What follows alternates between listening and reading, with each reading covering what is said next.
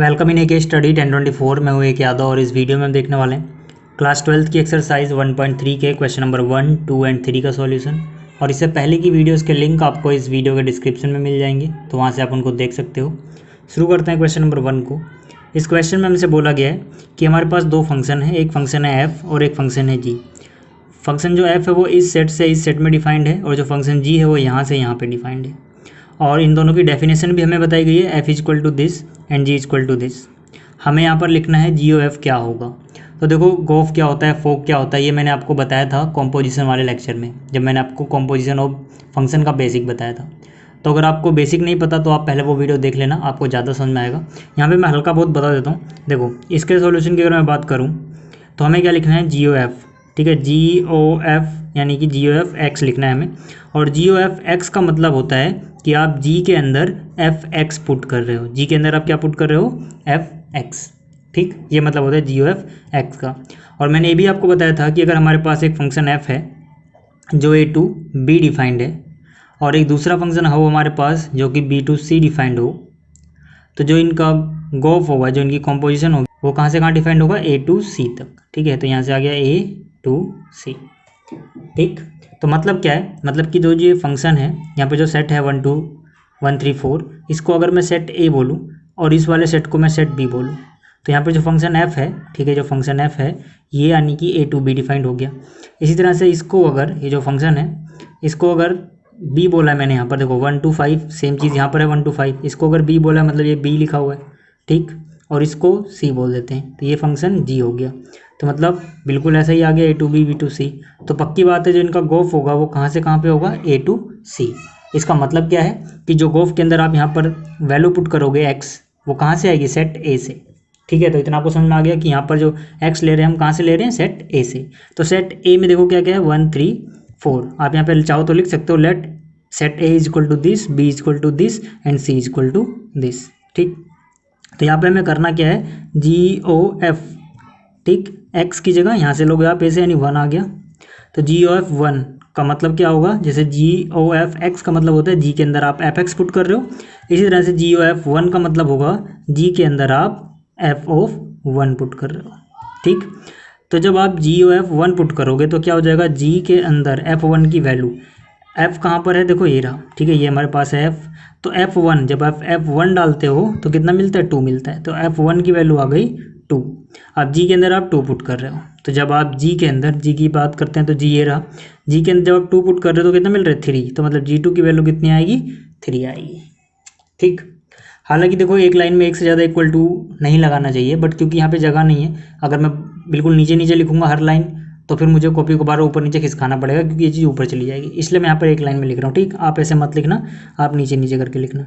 इसी तरह से मैं बात करूँ अगर जी ओ एफ 2 की, तो इसका मतलब 2 नहीं है, यहाँ पर कितना है, 3 है। ठीक, क्योंकि 1 के बाद यहाँ 3 है, तो जी ओ एफ 3 की बात करूँ तो जी एफ 3 निकालना है मतलब मुझे। ठीक, तो इसकी वैल्यू कितनी जाएगी, देखो एफ 3, एफ के अंदर 3 पुट करने में 5 मिल रहा है, तो मतलब यहाँ पर एफ 3 की वैल्यू, ठीक है, एफ ऑफ 3 की वैल्यू 5 है, तो जी 5 आ गया।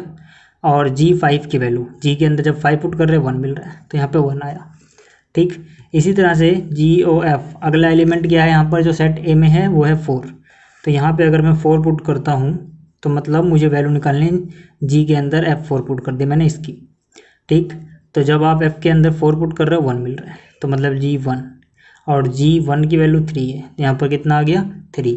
तो यहाँ पे अगर मैं बात करूँ पूरा जो जी ओ एफ हमारे पास आया, ठीक है, वो कितना आया, देखो जी ओ एफ के अंदर जब हमने 1 पुट किया तो हमें क्या मिला, 3। ठीक है, देखो शुरुआत हमने कहाँ से करी, 1 से, हमें आंसर क्या मिला है, 3। ठीक, इसी तरह से जब हम 3 पुट कर रहे हैं तो हमें क्या मिल रहा है, 1, और जब हम 4 पुट कर रहे हैं तो हमें क्या मिल रहा है, 3। तो ये हमारा हो गया जी ओ एफ। ठीक, तो ये था क्वेश्चन नंबर 1। अब बात करते हैं क्वेश्चन नंबर 2 की। अब देखो जो क्वेश्चन नंबर 2 है, यहाँ पे हमें 3 फंक्शन दिए गए हैं, एफ जी और एच। तीनों के तीनों function from R to R defined है, और हमें ये 2 बातें प्रूव करनी है। पहले हमें प्रूव करना है F plus G O H equal to F O H plus G O H.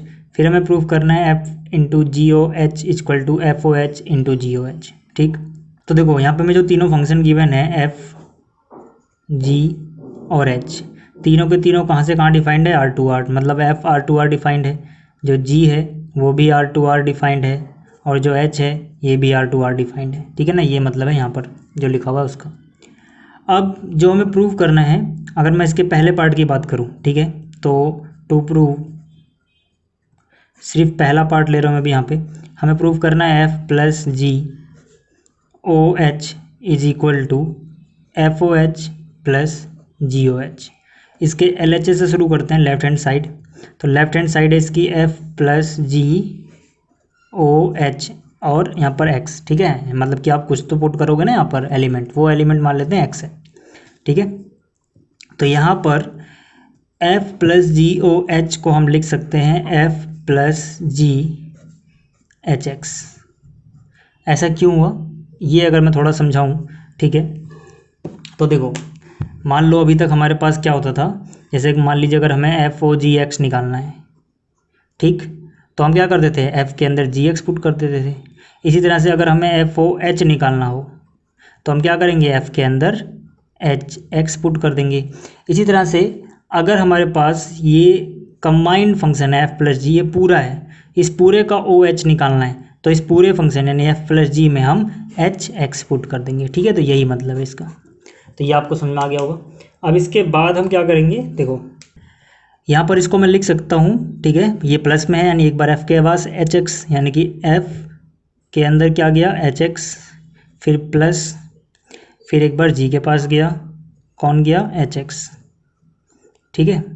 अब क्योंकि जो हमें आंसर लिखना है या प्रूफ करना है वो ओ एच में आता है, तो जाहिर सी बात है यार, इसको आप ओ एच में लिख सकते हो, यानी कि एफ ओ एच, और इसको आप लिख सकते हो जी ओ एच, क्योंकि इन्हीं की वैल्यू यहाँ पे आप देख सकते हो। जैसे एफ ओ जी एक्स को आप एफ जी एक्स लिख सकते थे, तो इसका उल्टा भी हो सकता है। इसी तरह से अगर हमारे पास एफ ओ एच एक्स है और इसको हम एफ ओ एच एक्स लिख सकते हैं, तो इसका मतलब एफ ओ एच एक्स को, ठीक है, वापस से ऐसे भी लिखा जा सकता है, ठीक है ना। तो ये वही चीज़ आ गई। अब ये मत सोचना कि यहाँ पर तो x नहीं है, ठीक है, आप चाहो तो एक बार पहले x लिख के दिखा दो, कोई दिक्कत नहीं है, फिर वापस से एफ ओ एच और जी ओ एच लिख दो, ठीक है ना। ये वही सेम चीज़ें दोनों, यहाँ पे x ना भी हो तब भी आप समझ सकते हो कि जो यहाँ पे पुट किया जा रहा है वो एलिमेंट यहाँ पे हम लिख सकते हैं, ठीक। और यही किसके बराबर है, यही बराबर है राइट हैंड साइड के, ठीक है ना। यही तो हमें लाना था पहले वाले पार्ट में। तो ये पहला पार्ट हो गया। अब बात करते हैं दूसरे पार्ट की। दूसरे पार्ट में, सेकेंड पार्ट में टू प्रूव क्या है, सेकेंड पार्ट में हमें प्रूव करना है F into G O H is equal to F O H into G O H, ठीक है, ये प्रूव करना है। तो इसके भी लेफ्ट हैंड साइड शुरू करते हैं। हमारे पास क्या है, F into G O H, मतलब यहाँ पे क्या लिख सकते हैं एक्स, ठीक है, एच एक्स। तो ये कितना हो जाएगा, ये हो जाएगा एफ इंटू जी के अंदर जैसे आप क्या पुट कर दो, एच एक्स पुट कर दो, ठीक है। तो इसको यहाँ पर अब क्या हो जाएगा, एफ के पास एच एक्स जाएगा इंटू, ठीक है, एफ के पास एच एक्स जाएगा इंटू फिर जी के पास, ठीक है। तो यहाँ से ये किसकी वैल्यू है, ये वैल्यू है एफ ओ एच एक्स, और ये इसको आप क्या लिख सकते हो, जी ओ एच एक्स, मतलब कि ये F O H into G O H, जो कि किसके बराबर आ गया, राइट हैंड साइड के बराबर, ठीक है। तो ये था सेकंड पार्ट। अब बात करते हैं क्वेश्चन नंबर 3 की। अब देखो जो क्वेश्चन नंबर 3 है, यहाँ पर हमें गोफ एंड फोक फाइंड आउट करना है। दो पार्ट हैं इसके। पहले बात करते हैं फर्स्ट पार्ट की। फर्स्ट पार्ट में हमें गिवन है F X equal to mod X, ठीक है। जो पहला पार्ट है इसमें जो एफ एक्स है इसकी वैल्यू कितनी है, F X equal to mod X, and ये दूसरा जो फंक्शन है जी एक्स, उसकी वैल्यू है मोड के अंदर 5x माइनस 2, ठीक। तो सबसे पहले गोफ की बात करते हैं। अगर मैं इसका g o f x find out करना चाहूँगा तो इसका मतलब क्या होता है, इसका मतलब होता है जैसे कि मैंने बताया जी के अंदर हम क्या पुट कर दें, एफ एक्स, ठीक। तो यहाँ से आप क्या पुट करो, जी के अंदर एफ ऑफ एक्स, ठीक है। अब इसके बाद देखो सोल्व करने के दो तरीके हैं। पहला तरीका तो ये है कि आप पहले एफ एक्स की वैल्यू पुट कर लो। एफ एक्स की वैल्यू कितनी है, मोड एक्स, यानी कि यहाँ पर इसकी जगह कितना आ जाएगा, मोड एक्स, यानी जी के अंदर क्या बचेगा, मोड एक्स, उसके बाद आप जी एक्स अप्लाई करो। या फिर एक तरीका ये भी है कि पहले हम जी को अगर अप्लाई करें तो हम एक्स नहीं बल्कि एफ एक्स को एलिमेंट मानेंगे, ठीक है। तो यहाँ पर ये तरीका ज़्यादा सही रहता है। तो पहले मैं जी एक्स अप्लाई कर रहा हूँ, ठीक है, ये वाला फंक्शन।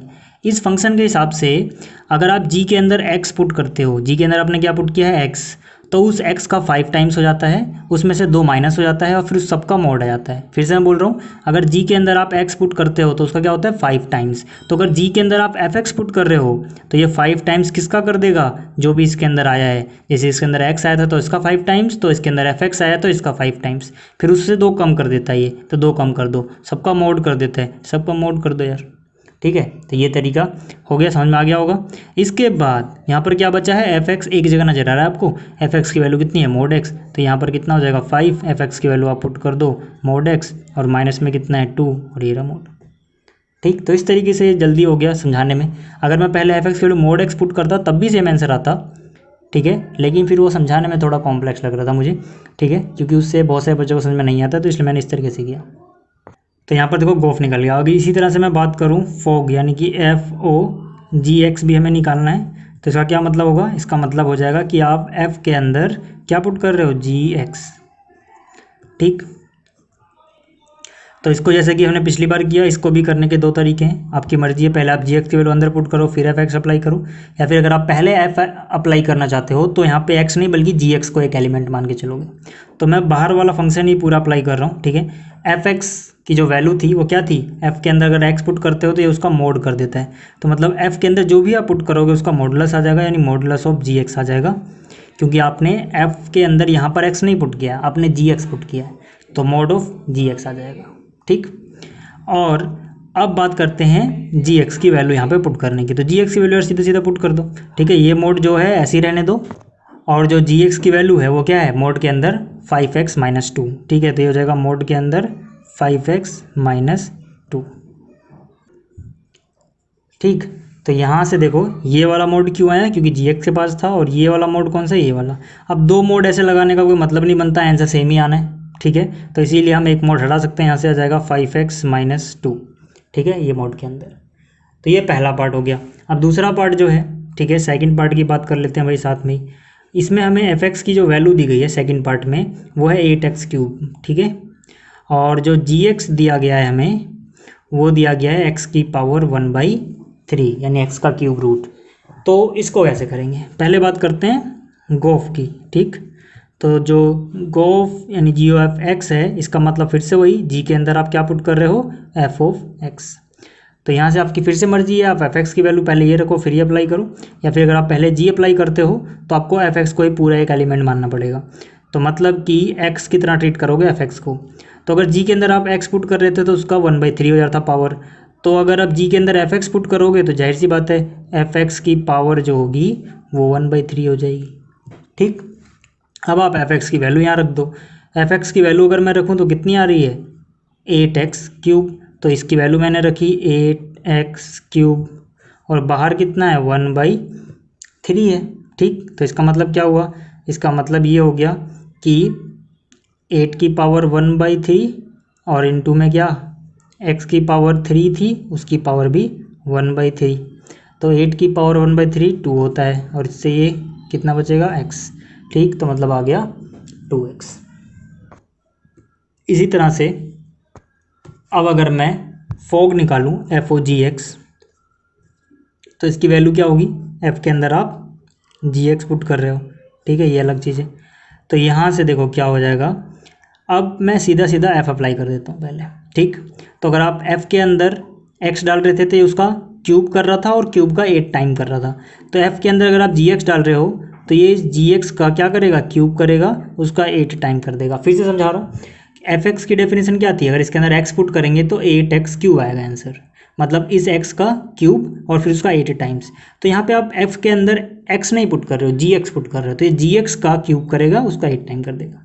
ठीक, अब इसके बाद क्या करना है, मुझे GX की वैल्यू पुट कर देनी है 8, और GX की वैल्यू यहाँ पर जो GX है वैल्यू क्या है, x की पावर 1/3, तो x की पावर 1/3, और ये तो GX की वैल्यू आई। अब GX की पावर कितनी है, 3 है, तो इसकी पावर कितनी होगी, 3 होगी, इससे ये कैंसिल आउट हो जाएगा। ठीक, और कितना आ जाएगा यहाँ पर 8, और यहाँ पर कितना है x। ठीक है, तो उम्मीद है आपको ये तीनों क्वेश्चन समझ में आ गए होंगे। जल्दी मिलते हैं अगली वीडियो में। Thanks for watching.